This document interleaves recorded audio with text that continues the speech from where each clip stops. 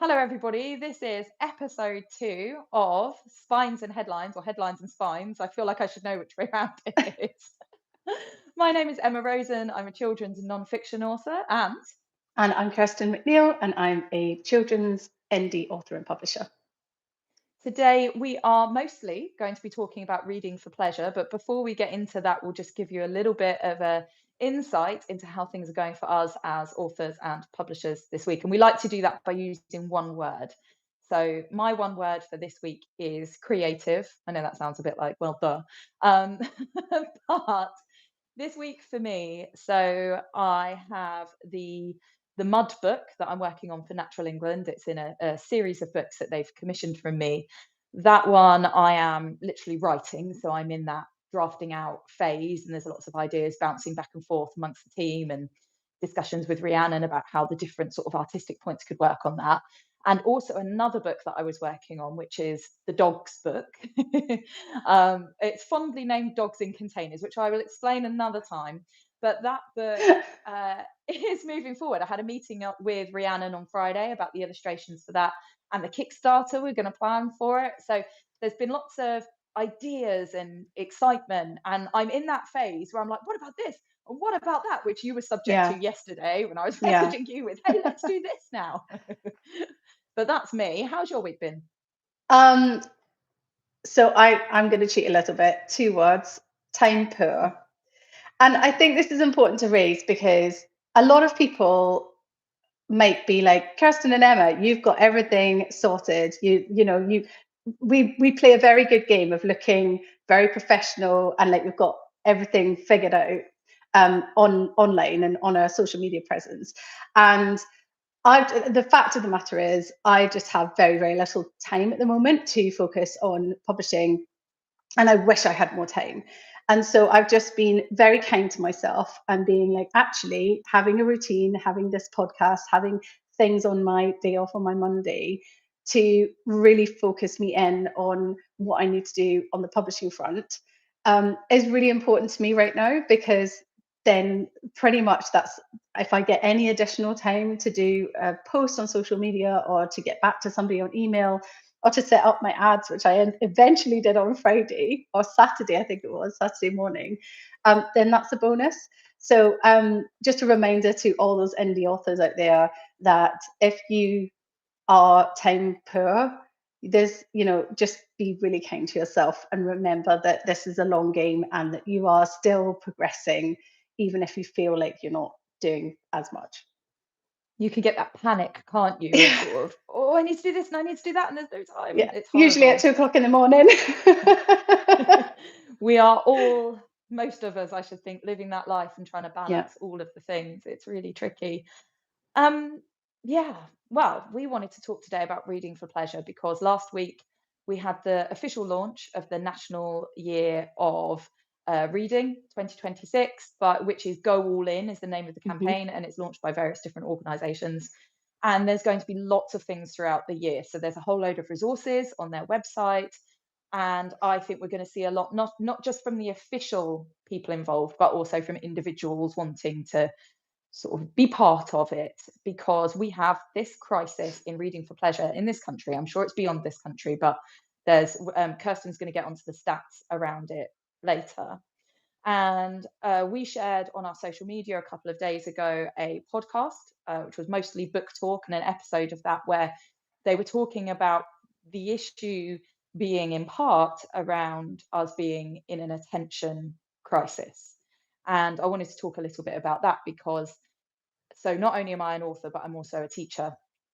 And from my perspective as a teacher, one thing that's been interesting is that the phone ban was brought in last year.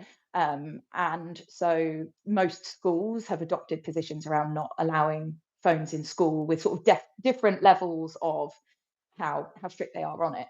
And I have to say, initially, I was against it, and I got some real flack on social media when I was raising my opinions. The reason I was against it is because personally, as a professional, I have used phones and technology in my teaching. So, for example, I'm a science teacher. I might get a student to take a picture down a microscope, and they ask sometimes, "Oh, can I take a picture of this? Want to show my parents?" And I want to support that excitement. Mm. And sometimes we can use technology in really fun ways in the classroom, like getting children to do an online quiz where they're all on it on their phone and they can see stats and stuff. So I think where technology is being used as a learning tool, and I didn't want to lose that. But what I've seen with phones being removed from schools is less time of the kids sort of just checking. They can't help themselves. And so less of those conversations around, you've got your phone out, or why is your phone Yeah. going off? Also, some schools in the past were allowing children to be on their phones at break and lunchtime. Not all, some of them did have policies around that. One school I work at did allow that. And I would go out at lunchtime, and a huge number of the children would be on their phones. And where now phones have been completely banned, they're now running around, having conversations. The library is completely and utterly rammed. Yeah. And so I think that's had a really good effect, and I take it back. I am in support of the phone ban, and I think that the the impact on children of attention being stolen by these algorithms, by the dopamine hits of whatever apps it is they're using, whether it's Snapchat, whether it's TikTok, or whatever it is, Mm. and we're in it as adults as Yeah. well. I don't know about you. I am awful. The adverts come on, I pick Yeah. my phone up. My I've screen I've time is shocking. I have many times deliberately taken my book and gone to read my book, and I've, for one reason or another, I've ended up like on my phone, and then 40 minutes later, it's like 10 o'clock at night and I haven't read any of my books. So I completely understand. And I think the statistics really back that theory up, Emma, because Mm. you've got there's two reports we're going to talk about. One is the HarperCollins one that sort of launched this year of reading, and the other one is one that happens every year, which is the National Literacy Trust. And so the National Literacy Trust, I can't say that properly today, um, talk about reading frequency is in rapid decline. So the amount of reading in the day, how frequent children read, how frequently children read, has dropped. And even with that period at the age of between 5 and 8, which is usually a peak reading age, especially reading for pleasure, that has dropped significantly as well, which is very interesting because 5 to 8 year olds don't really use phones in school. So that's happening outside of the classroom where their attention is elsewhere. And so that's one of the stats that really backs that up. And then the other one is just the overall enjoyment of reading has massively gone down. And there's no coincidence that the new Toy Story movie, the villain is the screen, because Mm. it is something that is so much easier to draw your attention away from. So, I mean, there's one solution, which is the phones thing, but for those kids that don't even have mobile phones, it's still impacting them. So, why do you think that is, Emma? And what do you think we can do about it as teachers, parents, and authors? Well, I think there is a second thread. I think lots of people we're very quick to talk about screens, and screens have a huge impact. And I think uh, we're also very quick to point the finger. And I have to say that a lot of things around this attention crisis aren't necessarily just around parents and teachers, but organizations, governments, regulation, looking at how the algorithms work and things like that. But all that aside, I also think there is a huge impact at the economical situation that we're in, because right now I think it's the stat is that 1 in 3 children are in poverty, and as a teacher I have never come across it as much as I do now. And just overhearing little bits of conversation or things like a child rips their uniform, as happens, and they're panicking because they know there isn't the money to replace that really quite expensive uniform when they're the ones that are all logoed and branded up. Children who are coming to school with no lunch, children who, all these different scenarios. And for an awful lot of families, their home life might look like the grown-ups working full time, potentially second jobs, extra shifts to try and make the money work. Their home they're living in, rental is really hard at the moment. It's so expensive. People living in homes that potentially aren't fit for purpose or aren't suitable for the family that are living there. These children, their family have kind of bigger things to worry about than are the kids sitting and reading and what's going on with their screen time. It is day to day, it's difficult, it's stressful. And if a child hasn't got a lovely little space where they can sit and chill and read, if they haven't got books at home, if their parents haven't got time to take them to the library, if their parents aren't modeling reading because frankly they're exhausted and they are flopping down on the sofa, and who could blame them? You know, it's it's it's much more common than it ever was for those home situations to be really, really challenging. And that is going to have an impact on whether a child is going to have a book at home that they like reading, have that role modeling, have the time, be in the right mental space Mm. to do what needs doing. It's so much easier to just pick a phone up and scroll. And actually, when you're really shattered and wound up, your attention is not so good. And I just think that, but if by also addressing things around families' day-to-day life and what things are like for them right now, that's also going to be really important in looking at reading for pleasure. There's amazing stuff going on, like the Book Trust giving out free books, although that's just been stopped in Wales Oh last week, or it's gosh. just going through. Um, Schools doing so much for access for children to books, but it's it's such a big picture thing, and I think we really need to look in a systemic and Yeah. political way at this as well. And it really is it's also a bit of a postcode lottery as well. So I live in Wandsworth, where they are they're really, really well funded libraries. And I used to live in Lambeth, where some of the libraries are at risk. And it really depends on where you live, depends on your access to a library, your access to books. I think the other thing is that you've got a situation where, if you're not having that access to the books, it's a trickle down effect. I mean, as well, Wandsworth, they've launched the Dolly Parton project. So Dolly Parton is giving free books to all children between, I think it's 0 and 5. You sign up to that, and it was advertised everywhere at the end of the year, which is amazing. God love Dolly Parton; she's an amazing person.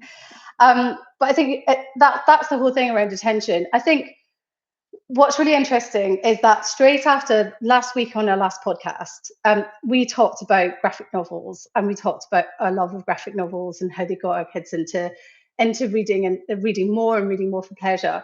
And that same day, there was an article in the Times about how I got my child off graphic novels, and we had a bit of an allergic reaction to that, both of us. Um, and I think so. It was a really, really contradictory article, and you'll see on my TikTok my views about it. But when you've got this attention crisis, which is feeding into the reading for pleasure crisis, the manga and um, Beano and magazines and Bunny and Monkey and all these amazing, amazing graphic novels that are available for all ages, not just the 5 to 8 range, but there are graphic novels all the way up to YA, and they're incredible. I mean, it's like when I read a newspaper, I go straight into I go straight into the cartoon, because I'm like, I just want I need a little bit of dry humor. I need some political satire. I need something to cheer me up for the day. So even as an adult, like, I'll go straight to the thing that's the easiest and quickest to read. And so I just think that having this whole focus on reading for pleasure and then having an article about getting your kid off manga is completely contradictory and is not helping, because actually it's those cartoons and those snippets and those the quick form of reading that is really helping children at the moment. And they can quickly come in and read a couple of pages of a magazine, and that, as long as they enjoy it, that's help, and it gives you, as a parent, it gives you something to talk about as well. Yeah, I mean, we need to take any stigma out of what you're reading as a child or as an adult. That just needs to go. Reading is reading. If you're enjoying it, amazing. And there are so many positive incomes for people reading. And it doesn't matter what it is that you're reading and what gets you into it. It's just really, really important. Um, yeah. So as authors, I guess as parents and teachers as well, what can we do? How are we going to fix this? Yeah, it's all on us.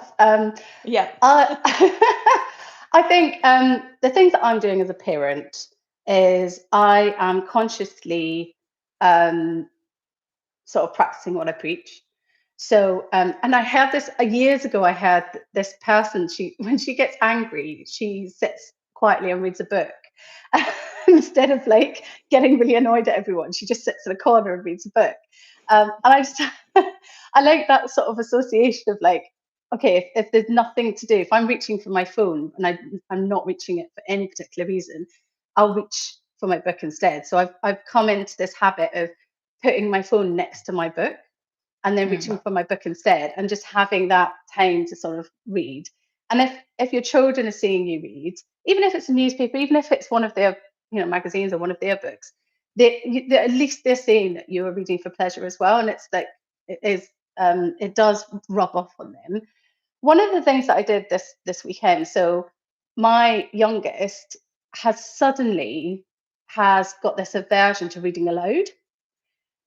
So we've been really struggling with him doing his reading homework. And I haven't wanted to push it too much because obviously you don't want to sort of force it. So I've just gone, okay, you read that page and I'll read that page and we'll switch pages. And that seemed to have worked. And then, oh, can you be a bit louder? Because I've got sore ears today, or, I'm old. I need, I need you to be a bit louder. But what's interesting is that on the weekend we played the game of life. I know this is like a digital version, but the traditional board game version. And with the game of life, you land on a lot of things. And I got him to read out his cards, and he was reading them out really well. And I thought that's probably because he doesn't see that as reading homework. And so I think that as parents, whatever you can do, because the podcast that we'll link in the chat also said something similar around how are kids interpreting reading for pleasure or reading in total? Are they just seeing their reading homework as reading? Because they're not realizing that there are lots of forms of reading, especially for that younger age, of primary school age. So I think just being aware of the different types of reading that you can get your child into, reading a menu at a restaurant, or going past a shop and sort of reading out some things on the board, or there's loads of different board games that have reading involved. And so I feel like that kind of opened my eyes a bit to how just a very different change can encourage your child to read. And it does feel a little bit sneaky, but they're at this age where they might just associate reading as phonics and reading homework, and they might not enjoy that. And so that's what kind of switched the light bulb on for me this weekend. It's like hidden vegetables, isn't it, in their pasta sauces? I've been really trying to address my screen time and having books near me, like you said. So I am picking up the book. They're seeing me not on my phone, they're seeing me reading. So that modeling. And I have to say that as a teacher, I really try to do that as well. If I've not got work to do and they're, I don't know, doing a test or they're reading, particularly if they're reading, actually, I always have a book with me and I want to be seen reading. And I think schools have these fantastic initiatives where they might have a sign on the door saying, "Oh, Mrs. Rosen is reading, blah blah blah," or they might have a display of like, "Here are our teachers' favorite books." But if they actually see you reading, I think that modeling, being a role model, whether you're a parent, a teacher, or an adult in a child's life, you might be their aunt, their uncle. They see you reading, especially if they think that you're somebody they look up to. Children choose their own people for that, and they might go, "Oh, actually, oh, that's interesting that she reads." And it's just encouraging that that's a thing people do, and not that reading is cool necessarily, but that it's enjoyable. We're doing it because we want to. I think as authors, there's a lot we can do. Personally, this week I launched on my website that you can donate a book, because I often come across people who like my books, want to support my business, but they don't have children. They don't, well, they could donate a book, and then I'm going to send that to a school. And that just increases the variety of titles that they have. There's a lady that we both know who's written, I forget her name, but the book is Wonderful and Different, and you can donate that book. So there are Mm. authors doing things like that. Can you remember her name? I'm so sorry. We'll link her book in the We'll link chat her. because The book is gorgeous. Check her out. She's on all the socials. it's really lovely, and I think that's a really lovely idea because one of the things that us as authors can do is write more books, especially indie authors, write more books that are maybe a gap in the market, or what some children don't see. And I'll give you an example of this. So Kelly Yang, who wrote Front Desk, which is an amazing middle grade. She's got loads of other books as well. Amazing middle grade book based on her own experience of running a hotel with her parents. And she's first generation immigrant in America. And she wrote that book because her son was not a big reader and he just hadn't found his book. And so she wrote that book for him and he loved it. And he got this joy from this book and he encouraged her to publish it. And I just feel like that's exactly what a lot of indie authors why a lot of indie authors wrote their first book, is because that book didn't exist and they wanted it to exist in the world. And so that's such a wonderful thing that we can be doing. And I know that has a long lead time, but just encouraging, and it goes back to donating indie books to schools. A lot of indie authors are the reason why we're independent authors, is because we have a certain niche that potentially the traditional publishing just don't want to take a risk on. 40% of indie authors are from minority backgrounds, which is so much more than traditional publishing. So by giving people an option to donate an indie book to a school means that their school is going to end up having more variety of books. And maybe your book is that one book that one kid in that school goes, this is amazing, this is like my family, and it can't stop talking about it. And that's an amazing thing. That's an amazing power to have. Yeah, and I mean, also as indie authors, we offer school visits, and those have a huge effect. Research has really shown that having an author come into your school encourages children in reading and in writing, and children seeing, oh, like authors aren't this mythical beast of person or Mm, somebody really like special or stuffy, or I don't know, whatever it is that they've got in their mind. They just meet you and you're just a person, yeah, and that you did this thing, so therefore it's doable, and yeah, you like books and you work in books, and that is just incredibly powerful. And I know that schools are massively underfunded. Again, coming back to the economic situation is not great and causes a lot of problems in schools, and so it might not be within their budgets to pay for a school visit because they are a bit more expensive, especially depending who you get in or how they come in. But there are options around it. For example, you could have an author just come in and do an assembly, which will be cheaper. You can have online options, which are sometimes cheaper. You might have authors who are willing to do some kind of deal around book sales, or you might be able to get someone in who is brand new and trialing a new workshop and say, actually, can I come in and try it with you at a discounted thing? And I never like to yeah, encourage people working for free, but I think if somebody's in that position where they're just sort of like, I need to get a bit of experience here, you might be able to take advantage of that as a school. Or you might have a parent who's an author, or mm, someone who's willing to come in and go, oh, do you know what, don't worry, it's my kid's school, or I'm a yeah, governor or whatever, I'll donate my time. So I think there's ways and means, or you can get funding. A lot of schools have got PTFAs, and you could approach the PTFA and say, we need X amount of money. Are you able to yeah, raise that? I've even, for one of my children's school, they asked the parents to pay, and yeah. they split it up, and we paid a proportion so that this author could come in. So That's amazing. there are ways of doing it. I think it depends what's appropriate for your school, but having authors come in, and not just for World Book Day. It's a bit like a dog isn't just for Christmas. Authors aren't just for World Book Day. We both work all year, and actually, I'm really free at the moment. Yeah. Don't ask me. In I March, I've got don't to ask me. say, I've got to say, actually, I don't have any school visits booked for this year, and I really need to Yeah, get on with my school visit strategy because that there we shouldn't go. be the Someone put case. Kirstin. That should Yeah, not be and the case, especially for 150. That's how busy I've been in my other job. yeah, There yeah. there are two things I want to add to this Mhm, discussion, and um, one of them, which is not part of the two things, is that I do think we need funding for school visits. In mm. Scotland, thank you. Someone who's just said in Scotland. In Scotland, every school has £500 to spend from the government on school visits for No authors or way. illustrators. I know this exists because I We did need it. that.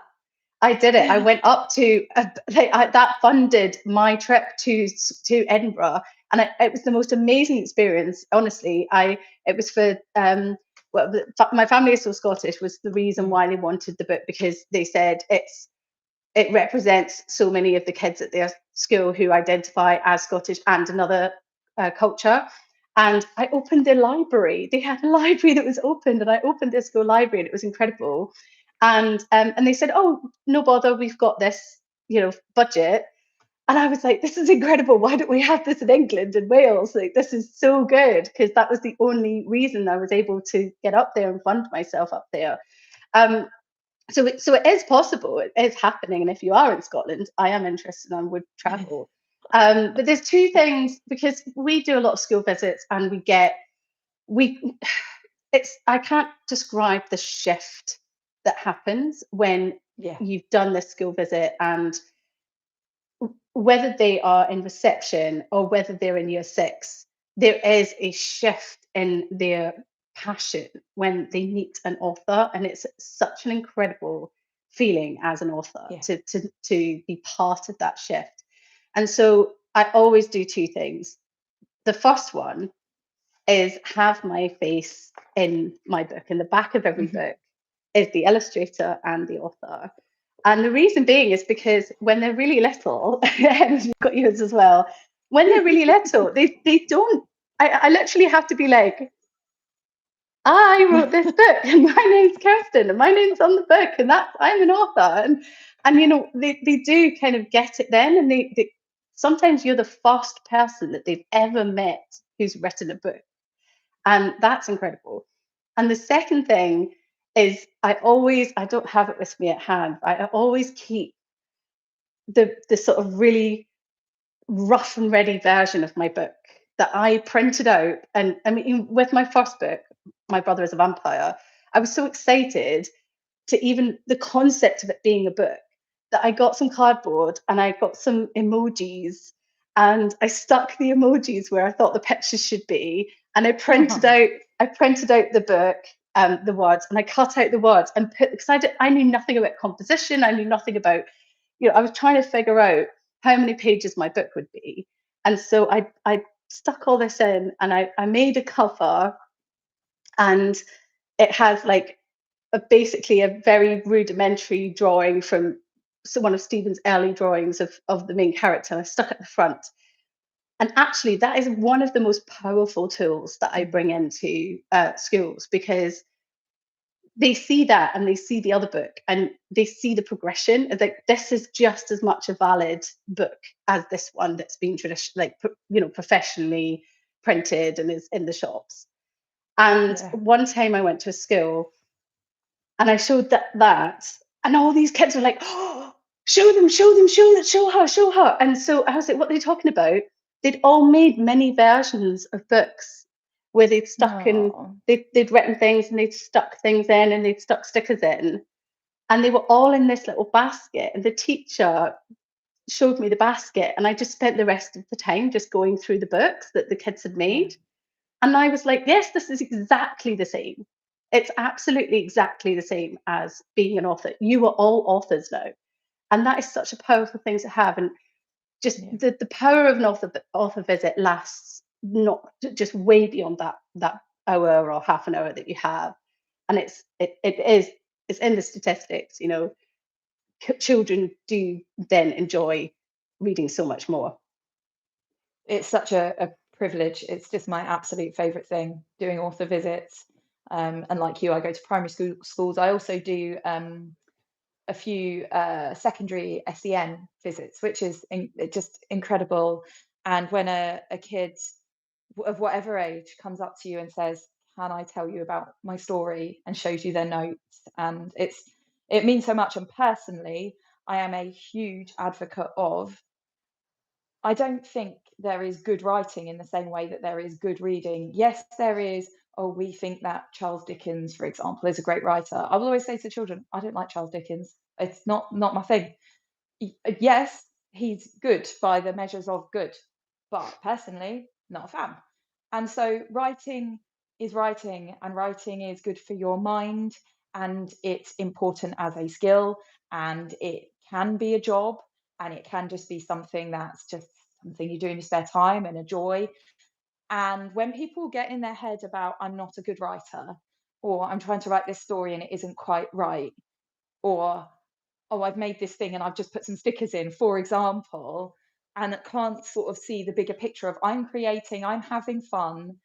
And I think it's just so important that writing can be for pleasure as well, and that Yeah, all writing is good writing, all writing has worth, even if that worth is purely that you enjoyed it, or you feel a bit better, or you managed to fill in the job application, and it's all yeah, part of that same parcel, I think, of having the patience to sit down and write, and the skill set, and the encouragement, and the role modeling. And yeah, having a real life author come into the school, and it doesn't have to be some big name author, it can be your local indie, and the kids are going to absolutely just fly from it. And I hope that people find ways of funding more, not just personally for business reasons, but because it's so important. It has a huge impact, especially when many of the things we've been talking about today are kind of big political or you know uh, corporation level problems. And actually, on that note, I think we do all need to be politicized and use our voices because we can to mm. make change and to support the things that are important to us and share the information and the projects that are doing the good work. So I think that's a part of it. But yeah, we've covered so much. I I was gonna sort of round up. What can you do to help improve and increase and encourage the love of reading? As a parent, you can increase all the different opportunities to read. So board games, menus, different things, and also writing. If your child's not a reader but is more of a writer, you could do the same. Um, as teachers, just finding that those pockets, finding adding a different range of books in your bookshelves really helps, because there might be that one book that suddenly lights up a child. And as an indie author, get more school visits out there, and as a Yeah, teacher, find your local indie author. I've got to actually mention Emily Lloyd Gale, who's a yeah. friend, who is the queen of school visits. She does like 100 a year. She's Yeah, incredible, and she's so amazing at it. And I need to be more Emily this year. But yeah, you can find such value in someone local, and also someone who isn't well known, and because you're mm, supporting them, and also you're getting all the benefits, all the same benefits. We don't mm, provide less benefit to children. And even I listened to this podcast. I absolutely love Nate Lasore. He's amazing. And he was talking about, if you get a local author in, and actually this was also reiterated by Rebecca Jenny King, who is like a big in charge of a lot of libraries in South London. She said if you get a local author in, children actually love it, because in their books they mention things to the local environment. So, yeah. oh yeah, I've been down that street. Oh, I know that florist. I've been in that park. And so it really actually gets them more interested, because it's relevant to them in their local area. So those are the things you can do as a teacher and as a parent and as an author. Have you got anything else to add, Emma? I don't know. Yeah, it's all good stuff, and I hope that the National Year of Reading will encourage all of that, because I think schools do good work. I think parents try so hard, and I think that as authors that we're doing good stuff if people take advantage of what we're doing. And it's all going to help. And then, yeah, if we can all sort of keep an eye on what's going on politically, and you know, and have an opinion. I have to say, I'm probably particularly wanging on about this because my current read is Nexus by Yuval Noah Harari. So I Oh, would nice. recommend this if you want to read about um, digital information. Really, really good. Yeah. Well, thank you everybody for joining us again. We'll be back next week probably to Hopefully. talk about some things that we haven't decided yet. Yeah, well, it needs to be in the headlines, so that's why this is all what's called Spines and Headlines. Thanks so much, everyone. Absolutely. Thank you. Bye, Emma.